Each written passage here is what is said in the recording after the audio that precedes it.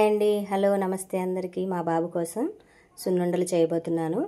ముందుగా మినప్పప్పు దూరగా వేయించుకోవాలండి. దూరగా వేయించుకొని నేనైతే పిండి మరబట్టించుకున్నాను.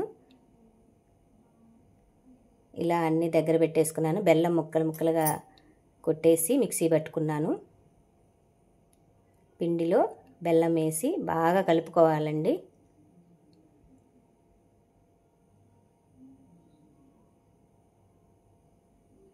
బాగా కలిసిపోయింది కదా.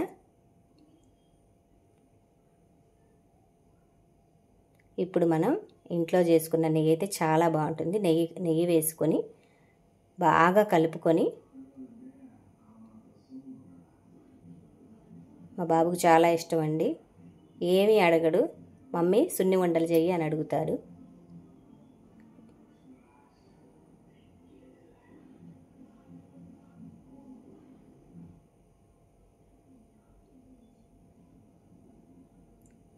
మనం ఉండలు చేసుకొని పక్కన పెట్టేసుకోవాలి. చాలా అంటే చాలా టేస్టీగా ఉంటాయండి. మనం మినప్పప్పు వేయించుకునేటప్పుడు అవి నోట్లో వేసుకుంటే బాగా కరకరలాడుతూ ఉండాలి. అలా వేయించుకోవాలండి.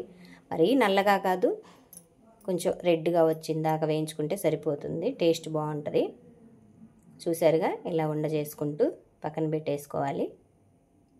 నేనైతే మరబట్టించుకుంటా అండి పిండి. ఇంట్లో అయితే మిక్సీ పట్టను, మాకు పిండి మరలు దగ్గరే కాబట్టి. చూసారుగా, నేనైతే ఇలా చేసుకుంటా అండి సున్నుండలు. సున్నుండలు అయితే రెడీ.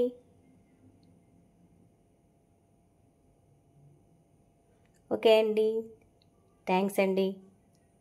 లైక్ చేయండి, షేర్ చేయండి, సబ్స్క్రైబ్ చేయండి.